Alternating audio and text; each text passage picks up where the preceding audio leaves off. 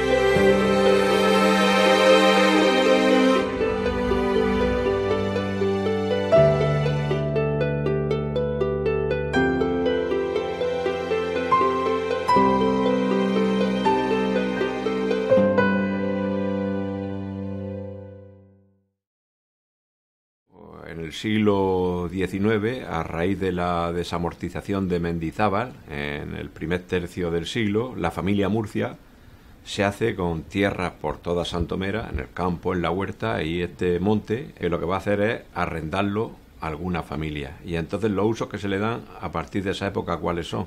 Pues son muy variados, como secadero de pimientos al aire libre, que la principal riqueza que tenemos en la huerta de Santomera es el pimiento de bola, y entonces las laderas de la sierra pues se utilizan para secar pimiento, y se va a plantar productos de secano, almendros y olivos. Había un olivar que estuvo pues hasta el año 1970 aproximadamente. A cargo de ese olivar los arrendatarios de don Antonio Murcia, que era la familia Balumbar, que es de la que ha tomado el nombre la sierra, que viene en una casa vieja que hay allí que ya no está. Incluso recuerdo que en la época que no se secaba pimientos, jugábamos al fútbol en la ladera de la sierra. Siempre nos peleábamos para ver quién jugaba en la parte de arriba, para jugar cuesta abajo, que daba cierta ventaja. Y posteriormente lo que se hizo fue ya aparece la cantera para sacar roca y para sacar árido.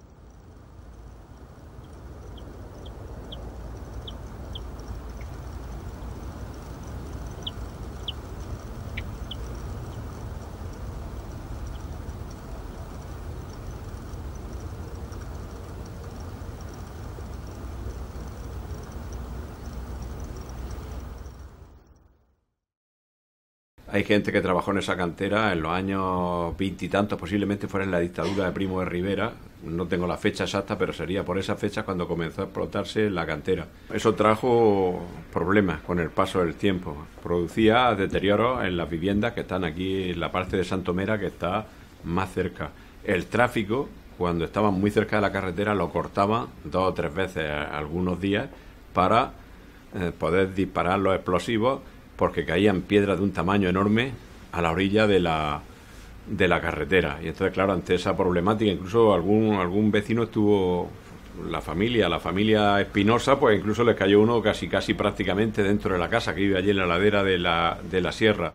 Estábamos cocinando, mi madre y yo, tenía unos 10 o 12 años, y entonces cayó por la chimenea de la casa, encima de la olla, gracias a Dios, una piedra grandísima, de más de 10 centímetros de diámetro, y bueno, tuvimos la suerte de que cayó dentro de la olla porque estaba destapada, y no nos mató a ninguna de las dos, pero podía habernos matado.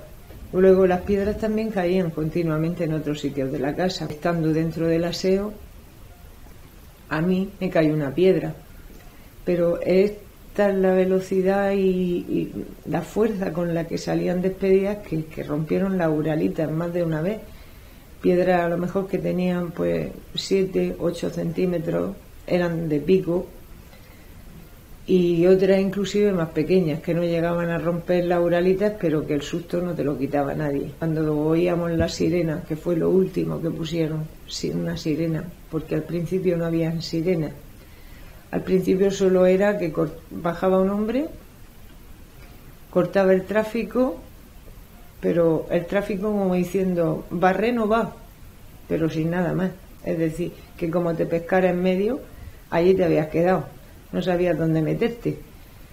Te decían para atrás, para atrás, para atrás, y a esperar y a decir, bueno, Dios, que no nos salte una piedra y que no nos mate a nadie. Y eso era lo peor de todo, porque en ese tiempo nosotros veníamos al colegio. Entonces era una desprotección total y miedo también, porque siempre estaba vendido. Entonces, claro, hubo una manifestación de la gente del pueblo y al final lo que se hizo fue entrar en contacto con el que era alcalde de Santomera entonces, José María Sánchez Laorde. Los vecinos elegimos un representante, que fue Tomás Marín Casella, y él y José María pues fueron a Murcia a hacer las gestiones pertinentes para que se cerrara esta cantera. La cantera estaba produciendo unos perjuicios en el pueblo. Recuerdo que los aljibes que bajaron todo. Hay que recordar que en aquel momento el agua potable, no teníamos conducción de agua potable en algunos sitios del municipio, y que hubo un corte de carretera. Eso sí me acuerdo perfectamente. Pues entre otras cosas era mi padre, entonces era el alcalde pedáneo, éramos todavía una pedanía de Murcia. Yo creo que esto debió ser principios de los 70, ¿no?, cuando se cortó la carretera, y los vecinos protestando con pancartas precisamente por la cantera, por el perjuicio que les estaba ocasionando y que la cantera se clausuró. Yo me acuerdo que fue una manifestación inmensamente grande, mucha gente que ya se hizo solidaria con el problema que teníamos. Daba igual que vivieran en la carretera Vanilla que no vivieran, pero lo cierto y verdad es que el impulso salió de mi padre, porque es que a nosotros nos estaban acribillando, porque la única familia que realmente vivíamos allí éramos nosotros, y otra familia que vivía, los de los aviadores, pero más lejanos a nosotros, que sea por los motivos que sean, pues en aquel momento no le interesaba o no le afectaba tanto como a nosotros y como a la gente que todos los días pasaba por allí para hacer sus labores en la huerta, y como tanta gente que vivía en la carretera Vanilla, que eran sus casas, y veía cómo se rajaban, cómo se rompían sus aljibes y cómo no podían hacer su vida normal. Siendo ayuntamiento, la cantera se volvió a abrir la explotación, pero yo creo que llegó un momento en el que, por un lado, el poblado ibérico y algárico, ¿no?, constreñían mucho la cantera y la propia carretera, ¿no?, y el peligro de desprendimiento de algunas rocas, que además son visibles. Aquí siempre se llama el canto de la cantera, ¿no? Se ve perfectamente que la cantera ya había finalizado su ámbito de explotación y ya se cerró. Luego, con el paso del tiempo, pues lo que se hizo fue convertir lo que había sido el hueco que dejó la cantera, posiblemente en ese hueco grande de la cantera o en el otro que está junto al poblado ibérico, es donde estuviese la necrópolis ibérica, casi con toda seguridad. Ojalá que no, y que esté todavía en otra parte sin explotar, que consigamos encontrarlo. Y entonces pues se convirtió en una escombrera. ¿Qué pasa? Que esta escombrera, con el paso del tiempo, pues se convirtió en algo más que una escombrera. De manera ilegal había gente que arrojaba allí productos tóxicos, productos inflamables, bueno, cosas increíbles. Yo he llegado a ver desde aquí, de donde vivo, explosiones que parecía como la guerra del Vietnam, como las bombas esas de napalm, subir hacia arriba como unas explosiones con fuego terroríficas. Incluso recuerdo como una anécdota que una de las veces las cajas de los ataúdes, los restos de ataúdes de limpieza que se han hecho en el cementerio de Santomera, subirlas y quemarlas ahí en la escombrera.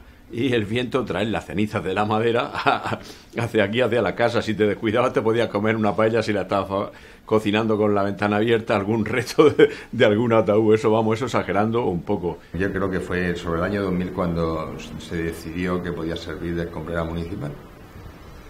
Y de 2000 a 2010 se ha estado utilizando como escombrera municipal. De hecho, viendo un poco recordando un poco y viendo en secretaría algunas cosas, he visto que ya en junio de 2010 posiblemente fuera el momento en el que se cerró la cantera, porque, bueno, o sea, la escombrera, lo que era la cantera, que se estaba utilizando como escombrera, porque, bueno, Bruselas así nos lo recomendó, al no tener estar utilizándole sin lo convenientemente, ¿no? Y entonces se procedió al cierre de la escombrera municipal.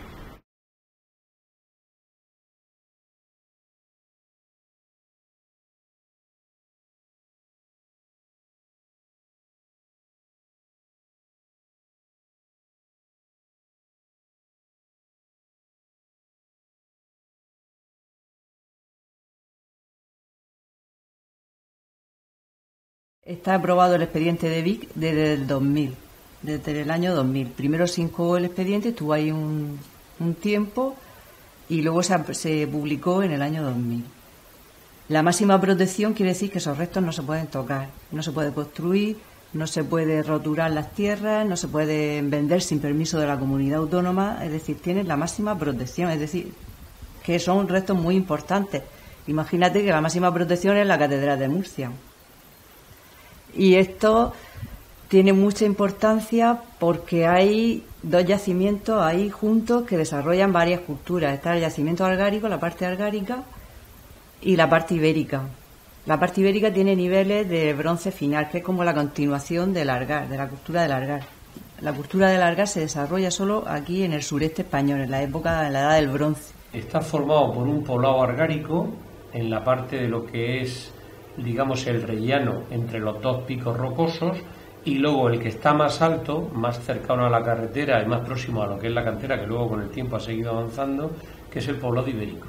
Quiero recordar que fueron 3 campañas en la parte argárica, O sea, en la primavera del 76 ya se intervino en la parte argárica, y luego ya diciembre y primavera del 77 argárico e ibérico, por 2 equipos de la Universidad de Murcia, del Departamento de Arqueología, dirigidos por la doctora Muñoz Amilibia. Y sobre el terreno, la parte argárica era dirigida por la propia doctora Muñoz Amilibia y la doctora Ayala Juan. Y la parte ibérica, la dirección la llevaba el doctor Pedro Lillo Carpio. Las excavaciones se hicieron por varias razones. Primero, porque estaba cerca de Murcia. Segundo, porque acababa de llegar la profesora Muñoz, que era la catedrática de arqueología y es la maestra de todos nosotros. Entonces era un yacimiento importante y sobre todo la parte argárica estaba muy expoliada.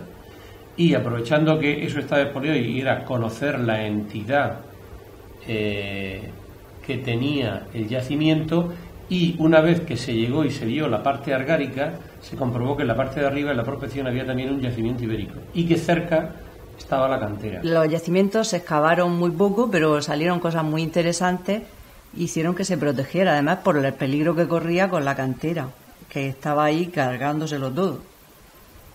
Y ahí se paralizaron, yo creo que fue una de las cosas que paralizó la cantera. Los trabajadores de allí decían que encontraban muchos tiestos por allí, muchos trozos, y supongo que serían de la parte ibérica, de la cerámica ibérica y todo eso. La cultura argárica, que es nuestro bronce pleno, los enterramientos se hacen debajo de las casas, normalmente o bien en una caja de piedra, que es lo que llamamos cista, o bien en un pitos, en una urna cerámica donde se mete el muerto en posición fetal. Al estar en terrazas, allí no hay un urbanismo como tal. Ahí lo interesante es que en una de las casas se pudo localizar una cista completa, con su ajuar, con sus tulipas, con la forma 5. También se recuperó un crisol. Todo el material está en el Museo Arqueológico Provincial. Uno de los hallazgos más importantes fue un crisol de fundición con restos de bronce, y se encontró en el contexto de una vivienda, que eso es lo interesante de la arqueología, encontrar las cosas en su contexto. Y eso demuestra que las fundiciones no se hacían in situ, allí en la mina, sino que se hacían en las viviendas, se traían los metales para fundirlos en las viviendas. Y por ejemplo, en el pueblo ibérico excavamos varias casas y era muy interesante porque el yacimiento se asienta a las calles en la propia roca de base, es decir, hay poco depósito arqueológico y sería un yacimiento que si se excavara entero sería muy bonito, porque es la roca de base la que hace las propias calles, ¿no? La conservación no era más de 40 o 50 centímetros de alzado. Desconozco con el paso del tiempo, pero 76, paso más de 40 años, supongo que estará bastante destruido, no lo sé. Queda toda la parte ibérica, queda mucho. Y el Algáriga también es mucho. Lo que pasa es que el Algáriga es un poco difícil de excavar porque está la pendiente muy pronunciada. Cuando yo hice la carta arqueológica, hicimos una prospección, varios compañeros y yo, y tuvimos incluso restos de sigilata romana, que se supone que los romanos también estuvieron aquí y la utilizaron, claro, las minas. Es decir, que hay muchos restos que sabemos que están y que podría excavarse en varios sitios. Sí, claro que hay.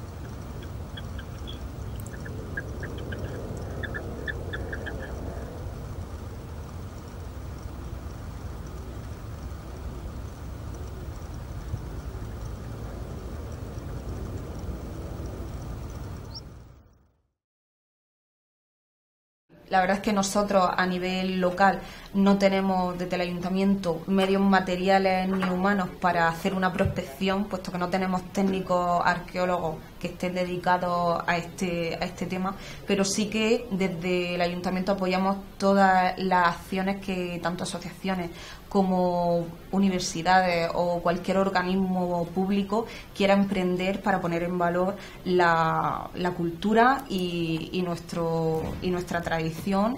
También, pues, el problema que tenemos es que, claro, al ser un espacio abierto es muy difícil llevar un control al respecto. No podemos tener un guardia allí permanentemente revisando, pues, que no expolien, que no cojan restos que son de todo, realmente. No hay ningún problema, sería un acto, la verdad, de ser, por decirlo de alguna manera, un buen santomerano, una persona que de verdad quiere a su pueblo, el que quien tenga algún resto pues lo donara a una colección municipal. Yo entiendo que al final mucha gente pues ha cogido cosas a lo largo de los años de este yacimiento por desconocimiento. Bueno, con respecto a la autovía, de la que tanto se habla, la autovía del Bancal, cuando se presentó el proyecto anterior, el trazado primigenio, por decirlo de alguna manera, la comunidad autónoma hizo un estudio y entendió que no había ningún problema en pasar por una zona que fuera Vic. Ahora dicen que mejor no pasar por ahí. Nosotros ante eso estamos totalmente de acuerdo, porque entendemos que si es un paraje que está declarado como bien de interés cultural, lo más lógico es que no se haga un trazado de una autovía ahí, ni que tenga afección. A día de hoy no se hace ninguna actividad que perjudique ambientalmente la sierra.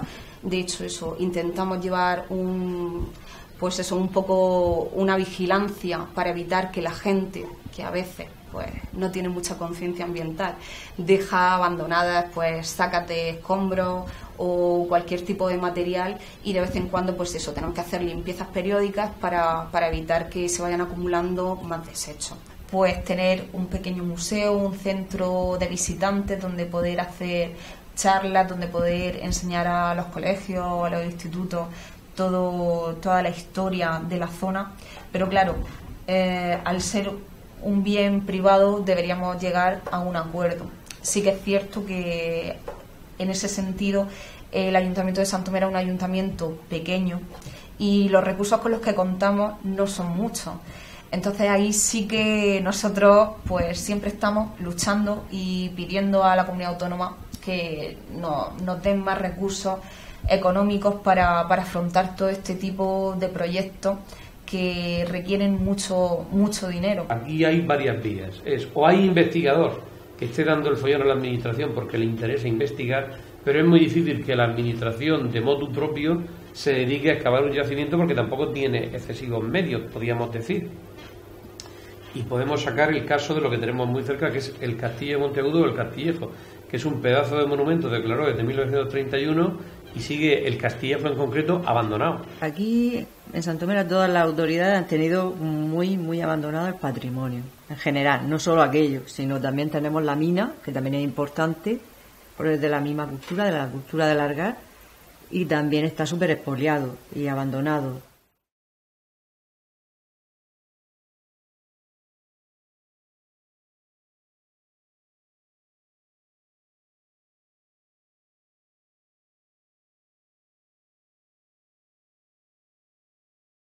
Tú dirás, bueno, pero eso es privado, ¿qué va a hacer el ayuntamiento? Bueno, el ayuntamiento siempre puede llegar a acuerdos de cambio de terreno con los dueños de esa zona, puede expropiarlo pagándole justo su justiprecio, lo que valga, y hacer lo que sea esa sierra municipal y entonces pues acometer ahí una serie de obras de excavación. Fíjate qué bonito sería que se estuviera excavando ahí en esa sierra, dirigido por unos arqueólogos y que tuvieran acceso a trabajar como ayudantes pues los alumnos del instituto que estén estudiando el bachillerato de Ciencias Sociales. Se excavara tanto estos yacimientos como los de la parte de la Sierra de Orihuela, entonces hacer ahí una ruta que podría estar muy interesante y los materiales tenerlos aquí, por supuesto. Que alguien se haga cargo del yacimiento, que se termine de excavar, que se consolide y que se haga visitable, con un horario y con unas condiciones buenas. Eso sería fantástico. Tener un yacimiento puesto en valor, con un centro de interpretación, un pequeñito museo, tampoco tiene que ser una locura. Yo creo que todo pasa por la regeneración de la escombrera. Si la regeneración de la escombrera se lleva a cabo y aquello se puede convertir en un mirador de Santomera, de la huerta de Santomera, y pues yo creo que el futuro puede ser halagüeño en ese, porque habrá más posibilidades.